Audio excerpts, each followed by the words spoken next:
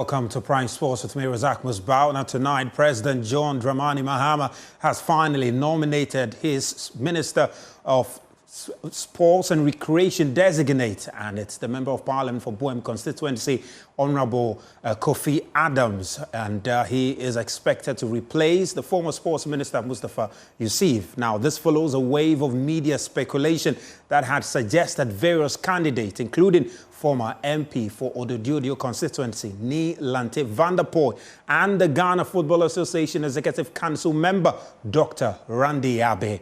Now, a statement signed by the acting spokesperson for the president, Mr. Felix Kwachi, also earlier today confirmed Kofi Adams as the nominated sports minister, pending vetting and approval by the appointment committee. Well, now, let's take a closer look at the profile of the sports minister designate. And you can see there, he, of course, born in May, hails from the Otu region, specifically Teteman.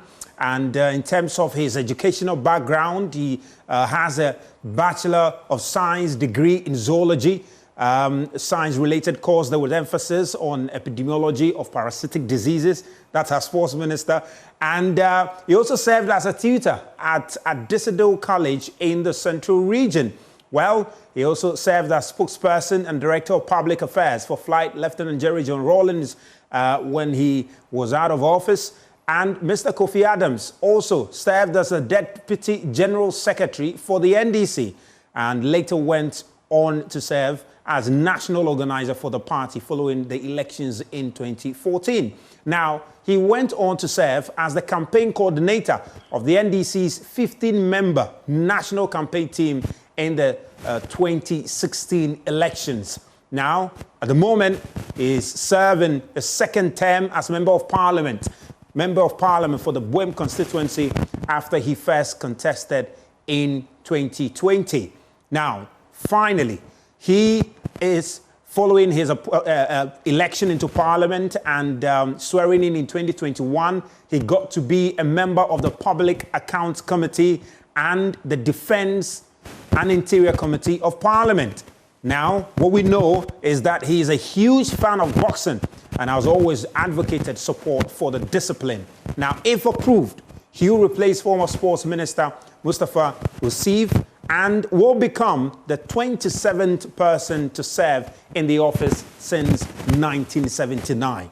That's significant, and you can see that is what the Sports Minister designate is coming into the fold with, and he is coming to execute the NDC manifesto agenda in sports, among which include the construction of sports facilities, particularly stadia in regions where there are none. You're talking about 7 regions in the country which do not have national stadium, part of John Mahama's objective to construct a stadium there and also continue the construction of AstroTurfs across the country and even turn the Winneba Sports College into a university. These are among the raft of policies that he will be undertaking when approved by Parliament. We'll take a quick break and we'll come back. We'll bring you more on this very story.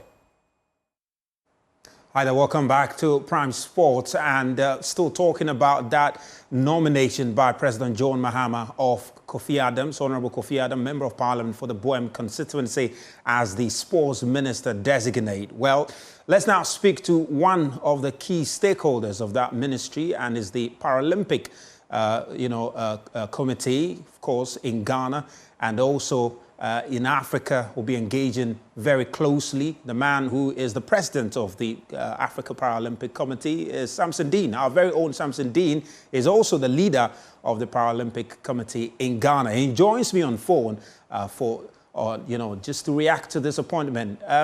So thank you very much for making time tonight. Very quickly, though, what do you make of the choice of Kofi Adams as Sports Minister? Thank you so much, and very good evening to you and your listeners. I want to say that, first of all, we are grateful to His Excellency, the President of the Republic, for choosing a youthful minister for us and setting it straight for the research agenda to make sure that the the sports management in Ghana improves. I think that Kofi Adams has been a very young role model for many of the youth in Ghana. He has already granted interview. I've read that he has a special interest in boxing. And as we speak, I can say that we have about 50 Olympic, or let me say, able sports federations in Ghana. We have 22 Paralympic Sports Federation in Ghana. He is coming to steer the affairs of about 72 federations. And not only that, we currently, as a country, have to qualify for major events. And he is coming to manage the Ministry of Youth and Sports, the most popular ministry in the Republic of Ghana, because Ghanaians love sports. And Ghanaians will want to see their teams qualifying for the Olympic Games. Ghanaians will want to see their team qualifying for the Paralympic Games. Ghanaians will want to see our federations performing at the Commonwealth Games. And not forgetting, 2027, we are to go for the African Games. So he has a very big task to make sure that he resets the agenda of His Excellency, the vision of His Excellency, the President of the Republic, and make sure that Ghana will be seen as one of the powerhouse in Africa. Well, I mean, let's talk briefly about the vetting that will come on, I'm sure, somewhere next week.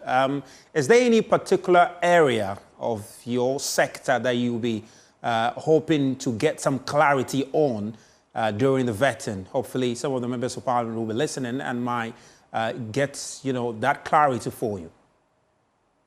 Yeah, I think that he's new to the sports ministry. What some of us will be doing currently is to prepare him for the vetting by giving him briefing as to the state of the sports in the country, by supporting his vetting. I don't think that it will be fair for me to be so critical or try to put a lot of headache to him at this moment. But what we can do is to give him a clear briefing, which we already did the transition by short reports for the transition team. And we shall take him through 1 or 2 or 3 details of what needs to be done when he assumes office. We are there to support him. I, in particular, will be a major stakeholder to make sure that I support him 100% for him to succeed. And for that matter, I think the vetting, as I have watched so far in the last days, is a clear indication of the person must have a clear idea of what the office is going to occupy. We are supposed, as a stakeholder, I am supposed to assist, I'm supposed to help him to prepare for this vetting. And for that matter, I don't think it will be fair for me to speak on joy and try to put issues that needs to be addressed to him on television or on TV. So let me please plead that I am a key stakeholder. My duty is to support his vetting, to help him prepare for the vetting. Interesting. But just finally, though, I'm sure you are familiar with the NDC manifesto as far as the sector is concerned. Is there any one of the issues they are looking to tackle that you are closely interested in? Yes, I think I've read the manifesto, I've contributed to the manifesto writing. I think during the manifesto briefing and education and all that preparation of it, we all got involved and contributed to it to be done. I'm so privy to it. What I will want to see the minister achieve is to make sure that the sports finance, the federation financing become a key issue for him to tackle. It's very, very critical, and I think that the stipends that will be given to athletes, that was said in the manifesto that athletes are going to be given stipends. It was limited to a certain portion of the football family, but some of us have argued that we cannot only focus on football. We have to expand it to reach elite athletes. And when we talk about elite athletes, we have been able to prepare a dossier where we want to support the minister to let him understand that there are athletes who have been participating in the top sport competition for the last 3 years, 4 years, we can select athletes and make sure that they are all in that regime so that they can benefit from the stipends the government is going to provide. Why is it so important? It is important because currently we do not have this kind of support for our athletes. Athletes do go to training, they don't have the means to go there. And you know, we used to have some of the athletes being employed by Ghana Police, Ghana Army. These days, we won't find many of our athletes coming from these organizations. And for that matter, the focus of the government should go into providing the stipends to the athletes. We are going to make sure we give them a clear data that will help the government prepare and make sure that they take care of the athletes. Mr. Samson, thank you very much for your time. We appreciate it.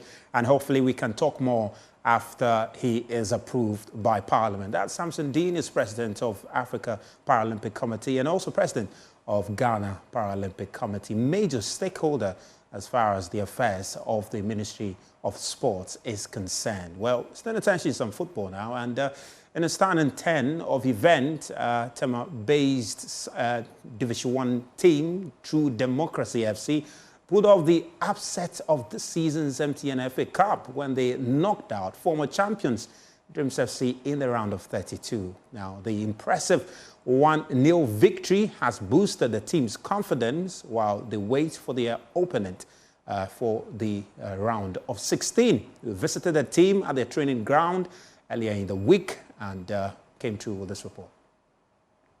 Nearly 30 years since its establishment, True Democracy FC has climbed the ladder of Ghana football. After years in the lower divisions, the club earned promotion to the Division 1 League and is making its presence felt.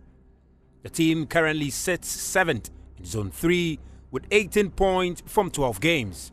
But it's their impressive journey in the MTN FA Cup that has truly captured the imagination of football fans. The Tema-based side began the MTN FA Cup campaign with a 2-0 victory over lower tier side Talons FC on October 28, 2024. In the round of 64, the edge passed fellow Division 1 side Kofi Adams in a dramatic penalty shootout, winning by 4-3. Then came their biggest challenge yet, a round of 32 clash against Premier League giant and the 2022-23 MTN FA Cup winners, Dreams FC. Oh, we are not scared, but Dreams FC is a big team and they won it before. But we are not scared because we prepare well to meet them because they are former champions. Yeah, but we are not scared. In fact, that match, we tagged it as a small axe. We were the small axe and they were the big tree. And we warned them that if they are not careful, we are going to bring it down. Facing a team with such a pedigree, True Democracy FC rose to the occasion. In the 85th minute, Ajay Mate delivered a moment of brilliance, scoring the decisive goal to secure a historic upset.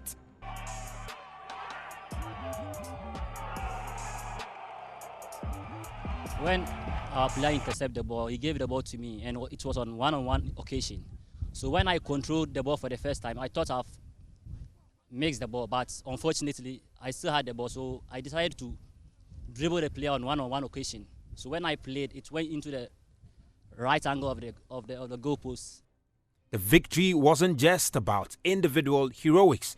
It was the result of disciplined preparation, hard work, and the unity of a determined squad. No, we were excited because it's not easy, especially when we are playing this division, to get the opportunity to play such a big club. Just a year or two ago, they were in the Africa Confederation Cup. We monitored them, we watched them.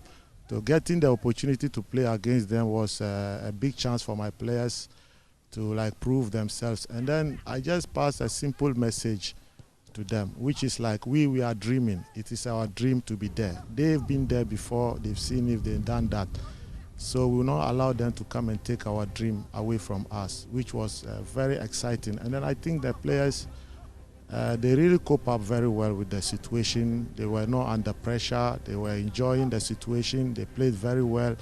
We dominated them, and then whatever we needed from it, we got the results we want. Back at the training ground, the celebrations have given way to hard work.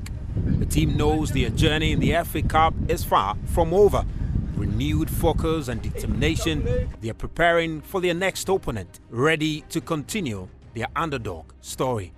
We are taking match after match, match after match. We are in round 16. We are working out to the semi-final. Yeah, that's our mission now. As I told you before, it's our dream. We are dreaming. We are not like wanting to put pressure on ourselves that we want to win it. Yes, winning, yes, every team wants to win, but we are very moderate in our situation, a Division 1 club, and then our aim is to stay in the league. So anything that comes extra, we will take it, but we are not going to put our pressure on us that we want to win it. When the win comes, yes, we will do that. As they march on in the MTN FA Cup, the team has not lost sight of their league ambitions. For now, the newly promoted side is simply focused on avoiding relegation this season while keeping their hopes of qualifying for the top flight in the upcoming seasons. In fact, for the very short term, let's say the next year or two, we intend to remain in this division and probably concentrate on the other side of the business that we are doing. That's transferring players to bigger clubs. Hopefully by the third year we will know we have been well established here, then we can make the next move to the Premier Division. But for now, for the short term, we want to be here and concentrate on our business. Right there, defender! Well, True Democracy FC is indeed manifesting the motto of the MTN FA Cup competition, the Obia Nyo Obia motto that the competition is all about.